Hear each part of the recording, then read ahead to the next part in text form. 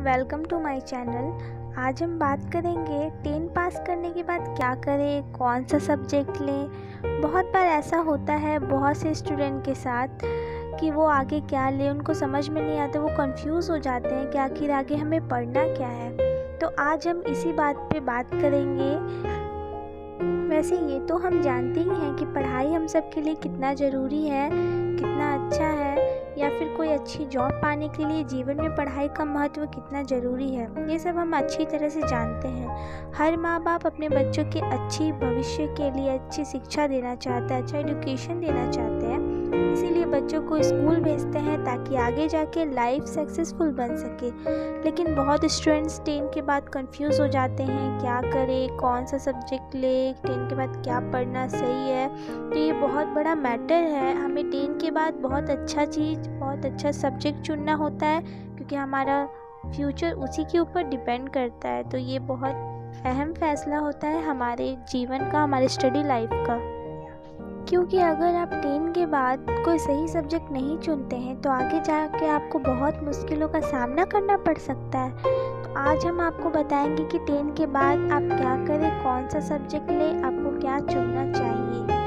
10 class के बाद एक सही सब्जेक्ट को चुनना बेहद ज़रूरी है कि 11th और 12th में हमें क्या पढ़ाया जाएगा, जिससे आपको आगे जाके काफ़ी मदद मिलेगी। ज़्यादा लोग बिना सोचे समझे दूसरों को देखा देखी सब्जेक्ट ले लेते हैं। बहुत से आपने देखा होगा कि मेरे फ्रेंड ये ले रहा है तो हम भी ये ले लेते, तो ऐसा बिल्कुल भी नहीं करना चाहिए। जिसमें उनका इंटरेस्ट हो वही लेना चाहिए, जिसमें इंटरेस्ट नहीं हो वो सब्जेक्ट बिल्कुल भी ना लें, जिसके कारण उनका फ्यूचर, उनका स्टडी में बिल्कुल मन नहीं लगता है और आगे जाके पढ़ाई में फ़ेल हो जाते हैं या फिर पढ़ाई ही छोड़ देते हैं। ये बहुत बुरी बात है, पढ़ाई को छोड़ देना आधे में। हम एक सही सब्जेक्ट को चुनना बहुत ज़रूरी है एक अच्छा करियर बनाने के लिए। तो आइए हम जानते हैं कि 10 के बाद क्या करना चाहिए, कौन सा सब्जेक्ट लेना सही है, साइंस, कॉमर्स या फिर आर्ट्स या फिर कुछ और। इसके साथ आपको जानने को मिलेगा कि आप और क्या क्या कर सकते हैं, difference between arts, commerce and science. वैसे हमारे देश में क्लास 10 तक सबको एक जैसे सब्जेक्ट्स पढ़ाए जाते हैं, सब लोग एक ही सब्जेक्ट पढ़ते हैं, एक जैसे ही। लेकिन 10th के बाद सब स्टूडेंट्स को अपने इंटरेस्ट के हिसाब से या फिर आगे क्या करना है, आगे जाके इन फ्यूचर उनको क्या बनना है, उसके हिसाब से सब्जेक्ट को चुनते हैं। वैसे 10th बोर्ड के बाद आमतौर पर 3 सब्जेक्ट्स ही आते हैं, जो आप भी जानते होंगे, आर्ट्स, कॉमर्स और साइंस। ये मेन सब्जेक्ट्स हैं जो आपको 10th के बाद डिसाइड करना है। तो चलिए इन सब्जेक्ट्स के बारे में जान लें। तो चलिए हम जानते हैं कि आर्ट्स सब्जेक्ट्स क्यों लें। तो क्लास 10 पास करने के बाद सबसे पहला ऑप्शन आता है आर्ट्स का। तो आर्ट्स के बच्चों आर्ट्स क्यों लेते हैं, मार्क्स जैसे किसी का 50% या उससे कम या ज़्यादा आए तो आर्ट्स मिल जाएगा आराम से कोई भी कॉलेज में। बट बहुत से लोग आर्ट्स लेने के आगे, लेकिन बहुत से लोग का मेंटलिटी ऐसा रहता है कि आर्ट्स लेने के बाद आगे लाइफ में कुछ भी स्कोप नहीं है, इस सब्जेक्ट्स को लेने से कोई फ़ायदा नहीं है। लेकिन ऐसा बिल्कुल भी नहीं है, इस सब्जेक्ट्स को लेने से ऐसा बिल्कुल भी नहीं है। अगर आप चाहते हैं कि आप आर्ट्स लें तो आप आर्ट्स में भी बहुत अच्छा स्कोप कर सकते हैं, अच्छे नंबर से पास कर सकते हैं। ये है कि आपको इसमें अच्छे से पढ़ना होगा, जिससे आप आगे जाके अगर आपको पॉलिटिशियन, लॉयर, कोर्ट जज बन सकते हैं, अगर आपको ये सब बनना है। इसके अलावा आप प्रोफेसर भी बन सकते हैं। तो आगे जाके अगर आप पॉलिटिक्स, प्रशासनिक सेवा या वकील और भी कॉम्पिटिटिव लाइन चुनना चाहते हैं करके आप रेलवे जॉब या समाज सेवा करने में रुचि रखते हैं तो आप आर्ट्स सब्जेक्ट का चुनाव ज़रूर करें, आप आर्ट्स सब्जेक्ट लें। अगर आप आर्ट्स स्ट्रीम चुने हैं तो ये भी जान लें कि आर्ट्स स्ट्रीम में कौन कौन सा सब्जेक्ट आपको पढ़ने को मिलेगा। तो आर्ट्स स्ट्रीम में हम पढ़ते हैं history, English, geography, philosophy, political science, economics, Sanskrit, psychology, philosophy. तो इन सब सब्जेक्ट्स के साथ आप आर्ट्स पढ़ सकते हैं। आर्ट्स में भी बहुत अच्छा स्कोप है, आप अच्छा लाइन चुन सकते हैं, टीचिंग, लॉयर, पॉलिटिशियन। तो अगर आपको ये सब लाइन पसंद है तो आप आर्ट्स का चुनाव ज़रूर करें। तो आपने जान लिया कि आर्ट्स में भी कितने स्कोप है। अब हम बात करेंगे कॉमर्स की। तो 10 के बाद जिन बच्चे कॉमर्स लेना चाहते हैं तो वो जान लें कि कॉमर्स आखिर है क्या।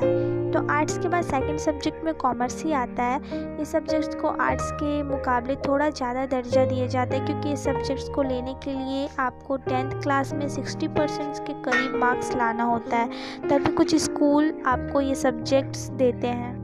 तो अगर आपको बैंकिंग में इंटरेस्ट है या फिर सीए बनना है या फिर आगे जाके कंप्यूटर की पढ़ाई करना है तो ये सब्जेक्ट्स आपके लिए बेस्ट है। इस सब्जेक्ट में से आप बैंक के मैनेजर, अकाउंट इत्यादि बन सकते हैं। तो अगर आपको इन सभी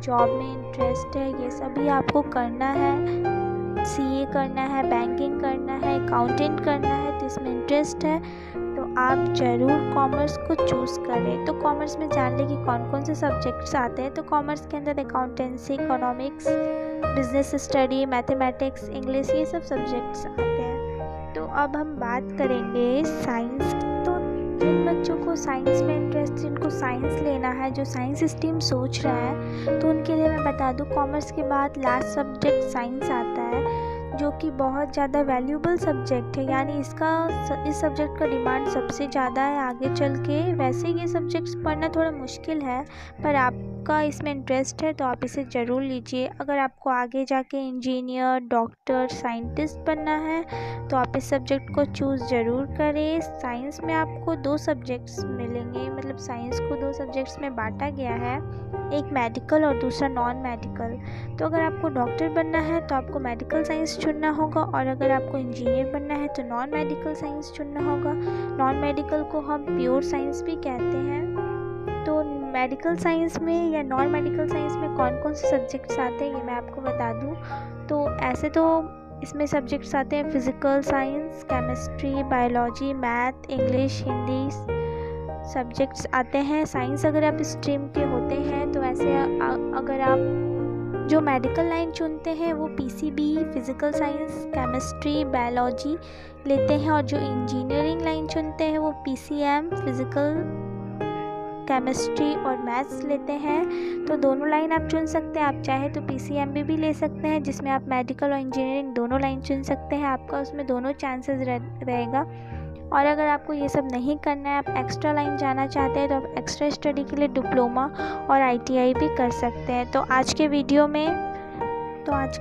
आपके फ्यूचर, आपके करियर के लिए बहुत ज़रूरी था, क्योंकि 10 के बाद क्या चुनना है ये बहुत अच्छा डिसीज़न होता है। अगर आप अच्छा डिसीज़न लेंगे, सही डिसीज़न लेंगे, तो इन फ्यूचर में आप सक्सेसफुल बन सकते हैं।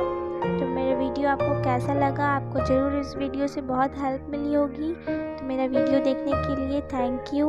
और मेरे चैनल को अगर आपने सब्सक्राइब नहीं किया है तो इसे लाइक, शेयर, सब्सक्राइब ज़रूर करिएगा, ताकि ये जो भी कन्फ्यूज़न में उनका कन्फ्यूज़न दूर हो। Thank you for watching my video. Thank you.